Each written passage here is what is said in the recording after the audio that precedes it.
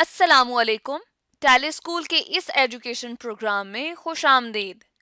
ये programme TV पर हुकूमत पाकिस्तान और सबक फाउंडेशन की शिराकत से पेश किया जा रहा है। इसके लेसन्स पाकिस्तान के तमाम तालीमी बोर्ड्स बशमूल कैम्ब्रिज के सिलेबस के मुताबिक तैयार किए गए हैं, जिसमें एजुकेशनल कंटेंट सबक फाउंडेशन प्रोवाइड कर रही है। सबक फाउंडेशन की वेबसाइट सबक.pk पर केजी से 12वीं जमात तक वीडियोस और प्रैक्टिस टेस्ट बिल्कुल मुफ्त दस्तयाब हैं। फिज़िक्स लेसन में आज हम प्रॉपर्टीज़ ऑफ वेव के टॉपिक को समझेंगे, जो कि federal board class 10th chapter number 10 simple harmonic motion and waves में मौजूद है। और यही टॉपिक पंजाब, केपीके, सिंध, बलूचिस्तान और कैम्ब्रिज की क्लास 10th में मौजूद है। इन वीडियोस को सुनने के बाद, देखने के बाद आपको डाइफ्रैक्शन एंड इंटरफेरेंस का कंसेप्ट अच्छे तरीके से समझ आ जाना चाहिए। आज के लेसन और इससे मुंसलिक तमाम वीडियो लेक्चर्स को घर बैठ के देखने के लिए आप सबक.pk की वेबसाइट पे जा सकते हैं और वहां फ्री वीडियो लेक्चर्स के साथ साथ प्रैक्टिस टेस्ट भी मौजूद हैं, जिन्हें देखकर आप अपने कॉन्सेप्ट्स को पुख्ता कर सकते हैं और इम्तिहानात में ट्यूशन लिए बगैर शानदार नंबर हासिल कर सकते हैं। ये सब कुछ सबक.pk की वेबसाइट पर बिल्कुल मुफ्त दस्तयाब है। आज हम बात करेंगे diffraction in water by ripple tank, यानी रिपल टैंक की मदद से हम वाटर के अंदर डायफ्रैक्शन का फिनोमेना स्टडी करेंगे, जो कि बेसिकली अगर सादा लफ्जों में डिफाइन किया जाए तो क्या है जी, bending of ray. Bending of ray कहां से बेंड होती है? बेंडिंग ऑफ रे, ठीक है, जब आप उसको किसी ऑब्स्टेकल के ऊपर हिट करते हो, यानी किसी भी रुकावट के ऊपर आप उसको हिट करोगे, वहां से क्या कर जाएगी? रे बैंड कर जाएगी, यानी RAY रे। ठीक है, अब हम देखते हैं कि ये जो रे यहाँ पे बैंड कर रही है वो रिपल टैंक के अंदर किस तरह से फिनोमेना हम ऑब्जर्व करेंगे। रिपल टैंक क्या है? हमारे पास बेसिकली एक रेक्टेंगुलर प्लेट है, रेक्टेंगुलर ट्रे है, जो कि ग्लास की, शीशे की बनी है, जिसके अंदर हमारे पास वाटर है जो कि शैलो है। अब क्या होगा कि एक वाइब्रेटिंग या ऑसिलेटिंग पैडल, यानी ऑसिलेटिंग मीन के ये इसके अंदर वाइब्रेट करेगा जब आप जो इसके साथ मोटर अटैच है उसको आप स्विच ऑन करोगे। जब उसको पावर दोगे तो क्या करेगा? वो वाइब्रेटर इस ऑसिलेटिंग पैडल को इस तरह से वाइब्रेट कराएगा, जिसकी वजह से वाटर के अंदर जो है वो वाटर वेव्स पैदा होंगी। जरा अगर आप देखें कि ये वाटर मॉलिक्यूल से, तो आपने क्या किया? इस पैडल ने जब उसको प्रेस किया तो आपकी वो वाटर मॉलिक्यूल्स नीचे गए, ठीक है, फिर उसके रिएक्शन में ऊपर आएंगे, फिर नीचे, फिर ऊपर। तो आप देखते हैं कि आपके पास क्रस्ट और ट्रफ की फॉर्म में इस तरह वाटर वेव जो है वो ट्रैवल करती है, यानी अगर देखें तो इस तरह से वाटर वेव जो है वो ट्रैवल करेगी, ठीक है, यानी क्रस्ट और ट्रफ की फॉर्म में, क्योंकि ये एक ट्रांसफर वेव होती है, ट्रांसफर वेव होती है। अब अगर आप देखें तो हम क्या करेंगे, थोड़ी सी मजीद कंस्ट्रक्शन हमें ये करनी पड़ेगी कि सॉरी, अभी हम ये भी बात कर लेते हैं पहले कि अगर आप जो आपके पास रेक्टेंगुलर ट्रे है, इसके ऊपर अगर आप एक बल्ब लगा दें। बल्ब बेसिकली हमने यहाँ पे इसलिए यूज किया है कि जो रेज ऑफ लाइट इसके ऊपर इंसिडेंट होती हैं उनको वो उसका इमेज दिखा सके, क्योंकि ग्लास जो ट्रांसपेरेंट बॉडी है उसमें से लाइट पास कर सकती है। तो जो भी जिस तरह का भी यहाँ पे वेव पैटर्न बनेगा वो आप इस स्क्रीन के ऊपर जो है वो देख सकते हैं। अब हम क्या करेंगे कि एक मजीद हमें कंस्ट्रक्शन करनी पड़ेगी डायफ्रैक्शन के फिनोमेना को स्टडी करने के लिए। हम दो रुकावटें एक सर्टेन डिस्टेंस के साथ डिफरेंशिएट करती हुई, बल्कि इस तरह से देखें, हम इस तरह से ड्रॉ करते हैं। यहाँ पे हमने क्या किया? दो ऑब्स्टेकल रखती, ठीक है। अब आपने एक और चीज जिसका आपने बड़ा खास ख्याल रखना है वो ये है कि ऑब्स्टेकल का डिस्टेंस जो है वो जो वेव लेंथ है, वेव लेंथ बेसिकली क्या होता है, अभी मैं आपको शो करा देता हूँ कि वेव लेंथ अगर आप देखें तो आप जानते हैं वाटर वेव इस तरह से ट्रेवल करती है in the form of crest and trough, ठीक है। देन अगेन लाइक क्रेस्ट, जो अपर पार्ट होता है वेव का क्रेस्ट कहलाता है, लोअर पार्ट जो होता है वो आपके पास क्या कहलाएगा? ट्रफ कहलाएगा। अब दो कंसेक्यूटिव क्रस्ट या दो कंसेक्यूटिव ट्रफ्स, यानी ये जो टॉप पॉइंट्स हैं, अगर आप इन दो कंसेक्यूटिव क्रस्ट या दो कंसेक्यूटिव, अगर आप देखें लाइक बल्कि ट्रफ्स की बात कर लें, दो कंसेक्यूटिव क्रस्ट या दो कंसेक्यूटिव ट्रफ के दरमियान जो डिस्टेंस, जितना वेव इस दौरान डिस्टेंस हॉरिजॉन्टली ट्रैवल करती है, यानी डिस्प्लेसमेंट जितना ट्रैवल करती है, वो आपका क्या है? वेवलेंथ है। अब हमने देखना है कि जो वाटर जो वेव्स हैं, इनमें जो वेवलेंथ ऑफ वाटर वेव है वो बेसिकली इन ऑब्स्टेकल के दरमियान जो डिस्टेंस है, जिसको हम स्लिट कह रहे हैं, ठीक है, इन दो ऑब्स्टेकल से दरमियान डिस्टेंस अगर बना देंगे तो एक स्लिट बन जाएगी। तो इस स्लिट से क्या होगा? स्लिट के बराबर होगा या उससे ज्यादा होगा? वेवलेंथ ज्यादा होना चाहिए। अगर वेवलेंथ स्मॉल होगा तो वेवलेंथ वो जो वाटर वेव है वो बिल्कुल स्ट्रेट पास कर जाएगी, आप डायफ्रैक्शन का फिनोमेना स्टडी नहीं कर सकेंगे। अब आप देखेंगे कि जैसे ही वेव पार्टिकल आपके यानी यहाँ तक तो अगर आप देखें तो स्ट्रेट, क्योंकि ऑसिलेटिंग पैडल आपके पास एक बिल्कुल स्ट्रेट वेव्स यानी बिल्कुल सीधी वेव्स आपके पास निकल रही हैं। और अगर आप देखें तो यहाँ पे जब ये इस ऑब्स्टेकल के पास आएगा तो यहाँ से क्या होगा कि वेव स्लाइटली स्लाइटली क्या करना शुरू कर देगी, बैंड। यहाँ पे मैं ब्लैक कलर के अंदर शो करूंगा, ये देखें यहाँ से इस तरह से अगर आप देखें तो इस तरह से, देन अगेन जब ये यहाँ तक आएगी, देन अगेन यहाँ से बैंड, ठीक है, एंड देन अगेन यहाँ से बैंड,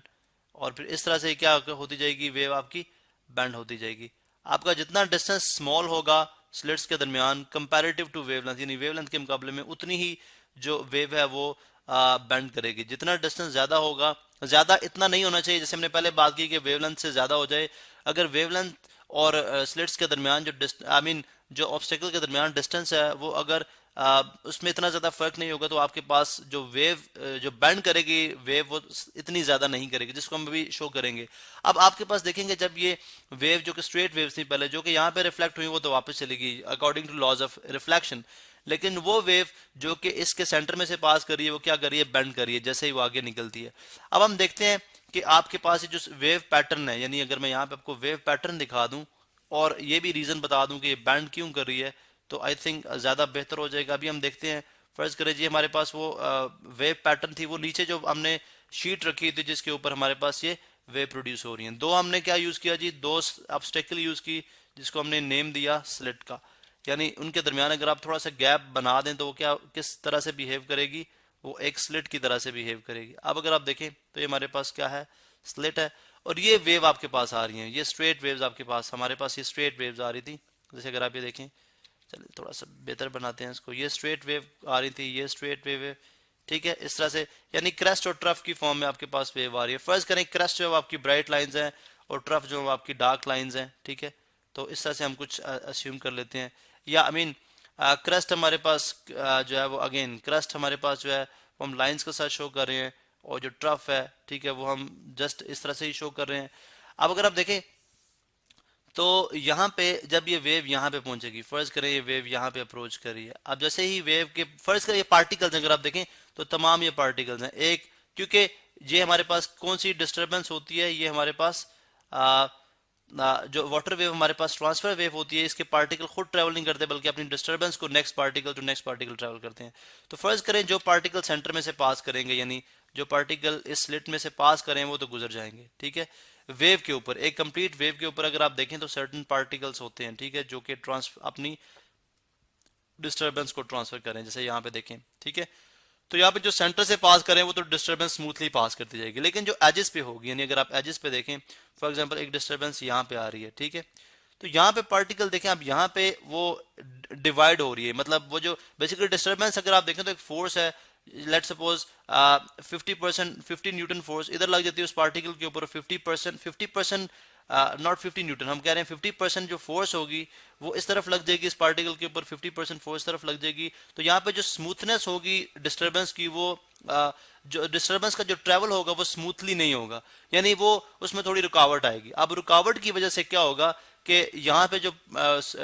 पार्टिकल्स नेक्स्ट पार्टिकल को डिस्टर्ब करेगा वो थोड़ा सा उसमें टाइम डिले होगा, टाइम डिले होने की वजह से ये तो देखें डिस्टर्बेंस स्मूथली जा रही है। अब यहाँ पे क्या होगा, ये लेट सपोज जब इस पार्टिकल ने इसको डिस्टर्ब किया, तब इस पार्टिकल ने इस पार्टिकल को डिस्टर्ब किया, ठीक है। अब इसको डिस्टर्ब करना थोड़ा सा मुश्किल भी है, चूंकि अगर आप देखें तो ये यानी यहाँ पे डिस्टर्बेंस जो थी वो डिवाइड हो रही है, यानी एजेस के ऊपर, थोड़ी इधर चलेगी थोड़ी इधर चलेगी। अब क्या हुआ कि यहाँ पे डिस्टर्बेंस, अभी ये पार्टिकल डिस्टर्ब हुआ जबकि ये वाला पार्टिकल यहाँ तक डिस्टर्ब हो चुका, तो यहाँ से रे क्या हो रही है, बैंड हो रही है। इसी तरह जब ये डिस्टर्बेंस यहाँ तक पहुंचेगी, ये पार्टिकल हो सकता है यहाँ तक डिस्टर्बेंस पहुंचा दे, क्योंकि ये डिस्टर्बेंस स्मूथली मूव कर रही है। इसी तरह ये बेंडिंग बेंडिंग और एज एंड पे आके क्या हो जाएगी, आप यहाँ पे अगर आप देखें तो आप ज्यादा बेंडिंग देख सकते हैं, चूंकि यहाँ पे स्लिट के दरमियान जो डिस्टेंस है मैंने बहुत स्मॉल रखा है, इसलिए आप ज्यादा बेंडिंग यहाँ पे देख रहे हैं। अगर आप डिस्टेंस थोड़ा सा ज्यादा रखते हैं, फॉर एग्जांपल अगर डिस्टेंस हमारे पास समवट लाइक इतना डिस्टेंस रख दिया जाए स्लिट्स के दरमियान, फॉर एग्जांपल वेवलेंथ जो है वो ज्यादा है, ठीक है, वेवलेंथ जो है वो बड़ी है, ठीक है, और स्लिट्स के दरमियान डिस्टेंस इतना तो आप देखेंगे। लेट्स सपोज इसी तरह अगर आप ये वेव्स आपके पास आ रही हों तो आपकी वेव लाइक इस तरह से बेंड करेंगी, वो सर्कुलर यानी सेमी सर्कुलर फॉर्म के अंदर नहीं होंगी, स्लाइटली उनके दरमियान बेंडिंग आएगी। तो ये तो हमारा ये जो था हमारा क्या है डायफ्रैक्शन। तो इसी तरह का पैटर्न जो है वो हम इस ऑसिलेटिंग पेडल की वजह से, उसके मूव करने की वजह से जो इल्यूमिनेशन ऑफ लाइट है जब वो इस ट्रांसपेरेंट बॉडी से पास करेगी तो आप इस शीट के ऊपर आप इस तरह का वेव पैटर्न देखेंगे जो कि आपको यहाँ पे शो कराएगा कि डायफ्रैक्शन का जो फिनोमेना है वो वाटर के अंदर भी जो है वो हम स्टडी कर सकते हैं।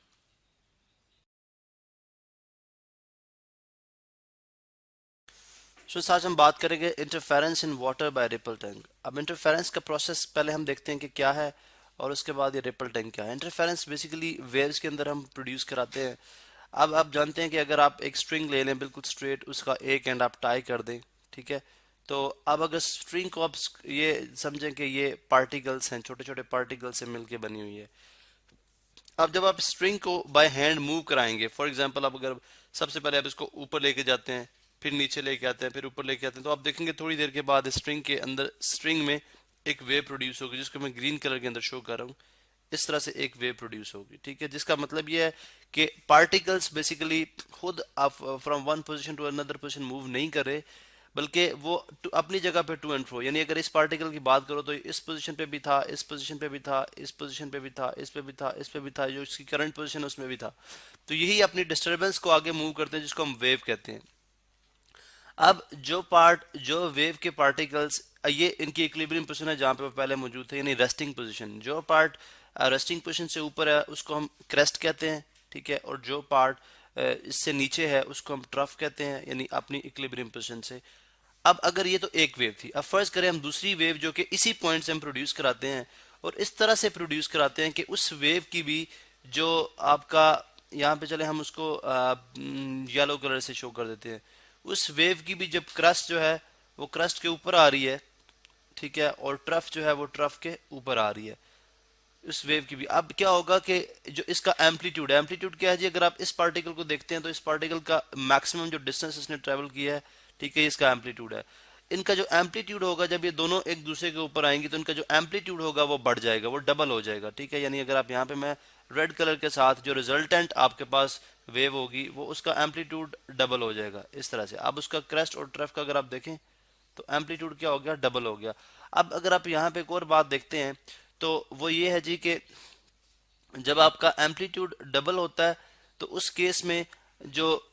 जो आपका पार्टिकल है जो कि पहले टू एंड फ्रो यानी पानी के अंदर ही अप एंड डाउन, या अगर आप स्ट्रिंग की बात करते हैं तो स्ट्रिंग के अंदर ही जो अप एंड डाउन जो पार्टिकल मूव कर रहा था, अब वो पहले इस पोजीशन तक जाता था मैक्सिमम और फिर वापस आता था और इस तरह मूव करता था। अब उसने ज्यादा दूर जाना, डबल उसका एम्पलीट्यूड हो गया और इस तरह से वो मूव करता था। तो इसका मतलब है इन इन पोजीशन पे आप जो है वो